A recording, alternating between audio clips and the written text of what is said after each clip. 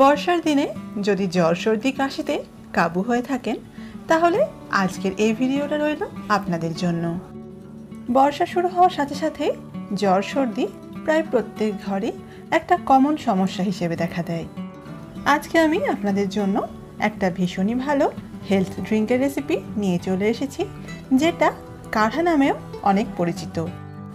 আমার নিজেরও যেহেতু ভীষণ ঠান্ডা লেগেছে, সেই জন্য ভাবলাম এই রেসিপিটি শুধু একা না বানিয়ে আপনাদের সাথেও এটাকে শেয়ার করা যাক। তাহলে দেখে নিন বন্ধুরা, এই রেসিপিটি আমি কিভাবে বানিয়েছি। এই কাঢ়াটি বানানোর জন্য এখানে আমি নিয়ে নিয়েছি দারুচিনি, গোলমরিচ আর নিয়েছি লবঙ্গ, যেগুলোকে হামানদিস্তার মধ্যে নিয়ে ভালো করে গুঁড়ো করে নিচ্ছি। আর এই রেসিপিটি অনেকে নিজের মতো করে বানিয়ে থাকেন। আমাদের বাড়িতে এটা যেভাবে আমি বানিয়ে থাকি সেটাই আপনাদের সাথে আজকে শেয়ার করছি। এখানে দারুচিনি, লবঙ্গ আর গোটা গোলমরিচ ভালোভাবে গুঁড়ো করে নিয়েছি। আর এই হেলথ ড্রিঙ্কটা বানানোর জন্য সব থেকে প্রয়োজনীয় উপকরণ সেটা হচ্ছে এই আদা। তাই যখনই আপনারা এই রেসিপিটি বানাবেন চেষ্টা করবেন অবশ্যই আদা দেওয়ার। আর যদি হাতের কাছে আদা না থাকে তাহলে এখানে শুকনো আদা বা সৌঁঠ এর মধ্যে দিয়ে দেবেন। আদার ওপরের খোসাটা ভালোভাবে ছিলে নিচ্ছি। আর এখন এই আদাটাকে গ্রেটারের সাহায্যে ভালো করে কুড়ে নিচ্ছি। এই ভিডিওটি যেহেতু খুব ছোট, তবে আপনাদের জন্য ভীষণভাবে বেনিফিশিয়াল, সেই জন্য বন্ধুরা ভিডিওটিকে স্কিপ না করে পুরো দেখার অনুরোধ রইল।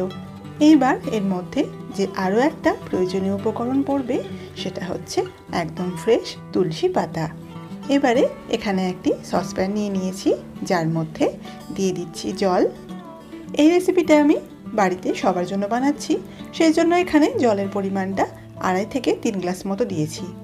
আর এটা যদি একজনের জন্য বানান সেক্ষেত্রে জলের পরিমাণটা 1 গ্লাস দিলেই হবে।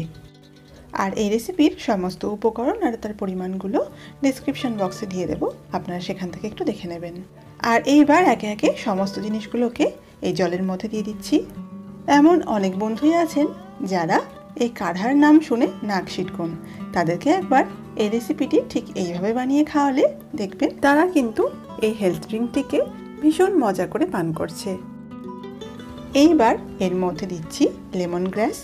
তবে আপনাদের হাতের কাছে লেমন গ্রাস না থাকলে এটাকে পুরোপুরি বাদ দিয়ে দেবেন। এই কাঢ়ার মধ্যে লেমন গ্রাস দিলে এর থেকে ভীষণ সুন্দর অ্যারোমা বের হয়, যেটা আমার তো ভীষণই ভালো লাগে। এখন প্রায় সব কিছু রেডি হয়ে গেছে, এটাকে এবার ইন্ডাকশানে বসিয়ে দিচ্ছি। এখন এই কাঢ়াটাকে 10 থেকে 15 মিনিট মিডিয়াম আঁচে খুব ভালো করে ফুটিয়ে নিচ্ছি। এটা ফুটে উঠতে এর মধ্যে আরও একটা জরুরি উপকরণ দিয়ে দিচ্ছি। এখানে দেখুন, এর মধ্যে আমি একদম অল্প একটু হলুদ গুঁড়ো দিয়ে দিয়েছি। আপনাদের হাতের কাছে যদি কাঁচা হলুদ থাকে সেটাকেও থেতো করে এর মধ্যে দিয়ে দিতে পারেন। আর এখন এই কাঢ়াটাকে একটি কাপের মধ্যে ছেঁকে নিচ্ছি। আপনারা যখন এই কাঢ়াটা পান করবেন সেক্ষেত্রে এটা একদম গরম গরম না খেয়ে এটাকে হালকা ঈষদুষ্ণ থাকা অবস্থাতেই সেবন করবেন, তাহলে এর ফল ভালো পাবেন। এই ড্রিঙ্কের মধ্যে আপনারা যদি মিষ্টি দিতে চান সেক্ষেত্রে এটাকে হালকা একটু ঠান্ডা হয়ে যাওয়ার পর এর মধ্যে দিয়ে দিতে পারেন মধু অথবা গুড়, তবে ভুলেও এর মধ্যে চিনি অ্যাড করতে যাবেন না। আর এই ড্রিঙ্কটাকে আপনারা দিনে 2 থেকে 3 বার হাফ কাপ করে খাবেন। তাহলে বন্ধুরা, আমার আজকের এই ইনফরমেটিভ ভিডিওটি যদি আপনাদের ভালো লেগে থাকে তাহলে অবশ্যই ভিডিওটিকে লাইক, শেয়ার, কমেন্ট করতে ভুলবেন না।